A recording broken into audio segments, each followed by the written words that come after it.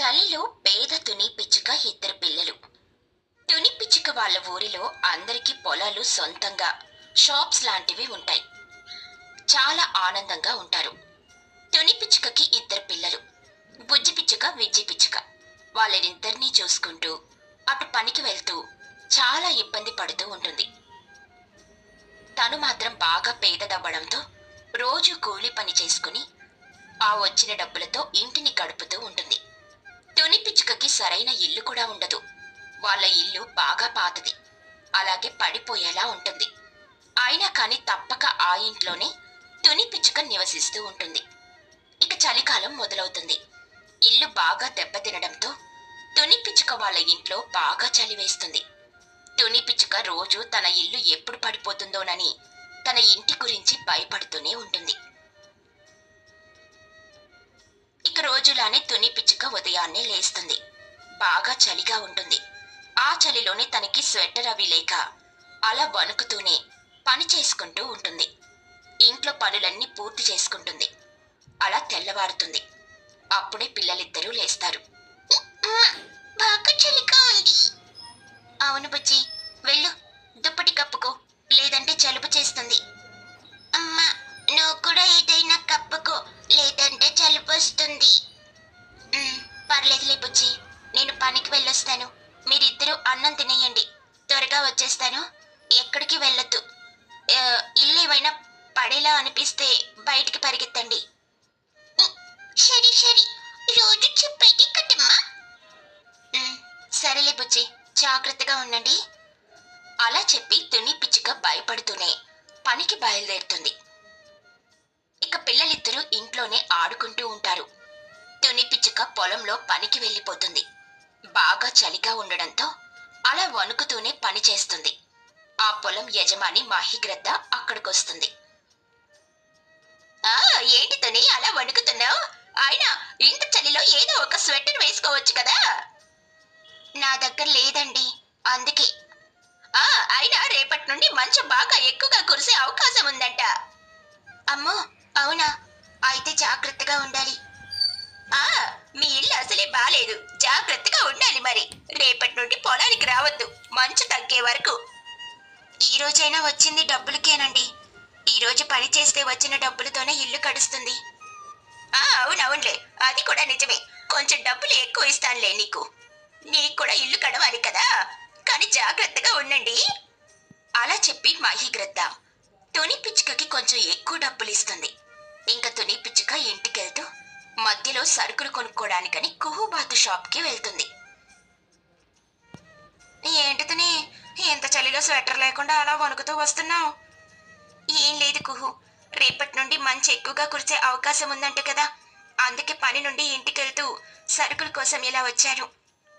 అమ్మో, మంచు ఎక్కువగా కురిస్తే ఈ చలికే తట్టుకోలేకపోతున్నావు. ఇంకా ఆ చలికి అస్సలు ఉండలేమేమో. సర్లే, ఆగు, చలిలో ఎంతసేపు ఉంటావు?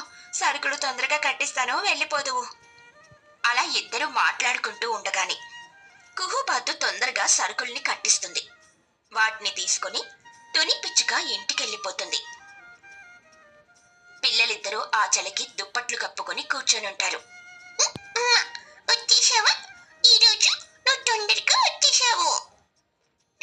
అవును బుజ్జి, చలి ఎక్కువగా ఉంది కదా, అందుకే. అమ్మా, నాకు ఆకలిగా ఉంది, ఏమైనా కావాలి? విజ్జి, నేను వచ్చేసాను కదా, వంట వండి పెడతాను, ఆగండి. వేడిగా తినాలనుంది. తుని పిచ్చుక వెంటనే వెళ్ళి తన పిల్లల కోసం వంట చేద్దామని అనుకుంటుంది. పుల్లల పొయ్యి వెలిగిస్తుంది. ఆ వెచ్చదనానికి తుని పిచ్చుకకి కొంచెం ప్రశాంతంగా అనిపిస్తుంది.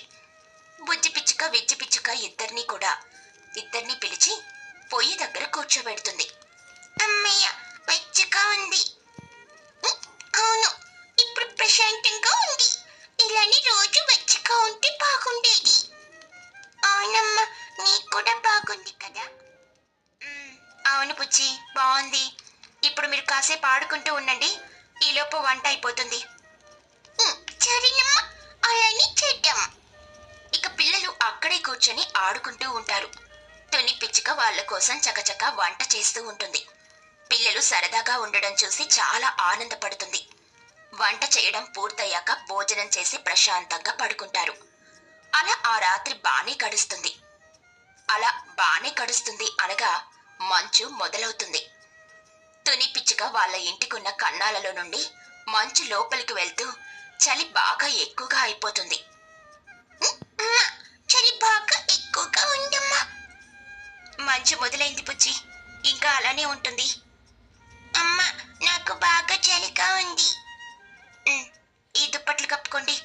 అమ్మో, ఈ మంచు ఇంకా ఎక్కువైతే ఇల్లు పడిపోయే అవకాశం ఉంది. ఇప్పుడెలా అమ్మా? తుని పిచ్చుక చాలా బాధపడుతూ ఉంటుంది. అప్పుడే ఒక్కసారిగా ఇల్లు చిన్నగా పడడం మొదలవుతుంది. తుని పిచ్చుక భయం ఇంకా ఎక్కువ అవుతుంది. పిల్లలిద్దరిని తీసుకుని ఆ చలిలో బయటికి వెళ్ళిపోతుంది. అంతే, ఒక్క నిమిషానికి ఇల్లు పడిపోతుంది. తుని పిచ్చుక చాలా బాధపడుతుంది. చలికి పిల్లలు అస్సలు ఉండలేకపోతారు.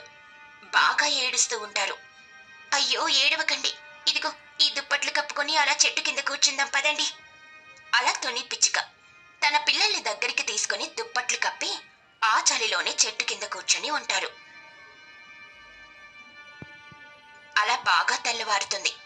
అయినా కాని మంచు ఇంకా ఎక్కువ అవుతుంది. పిల్లలకి బాగా ఆకలిస్తూ ఉంటుంది. బాగా ఆకలిగా ఉంది. పిచ్చి, ఒక్కసారి ఆగు, వెళ్ళి చూసొస్తాను. ఈ చలిలో ఉండలేకపోతున్నాను. ఏదైనా చిన్న టెంట్ వేసుకోవడానికి ఉందేమో చూస్తాను. కంగారు పడకు, మన ఇంట్లో టెంట్ ఉండాలి. సరేనమ్మా, వెళ్ళు. తుని పిచ్చుక పడిపోయిన తన ఇంటి దగ్గరికి వెళ్ళి అక్కడున్న టెంట్ సామాన్లను అలాగే ఇంట్లోకి తెచ్చుకున్న కూరగాయలన్నిటిని తీసుకొనొస్తుంది. అలాగే అక్కడే ఆ చెట్టు పక్కన తుని పిచ్చుక ఒక్కటే చాలా కష్టపడి చిన్న టెంట్ వేస్తుంది. తుని పిచ్చుక తన మనసులో, నా పిల్లలకి ఎందుకు ఇంత కష్టం ఇచ్చావు దేవుడా? నువ్వే ఏదో ఒకలాగా మమ్మల్ని కాపాడాలి. ఈ కష్టం నుండి గట్టెక్కేలా చూడు దేవుడా అని అనుకుంటుంది. తుని పిచ్చుక తన పిల్లల్ని టెంట్లోకి తీసుకుని వెళ్తుంది. వాళ్ళకి దుప్పట్లన్నీ కప్పేస్తుంది. తాను తెచ్చిన కూరగాయలు చూస్తే గడ్డ కట్టుకుని ఉంటాయి.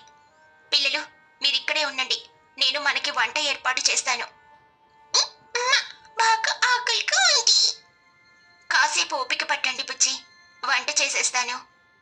సరేనమ్మా, నువ్వెక్కడికి వెళ్ళకు, ఇక్కడే ఉండు, మాకు భయంగా ఉంది.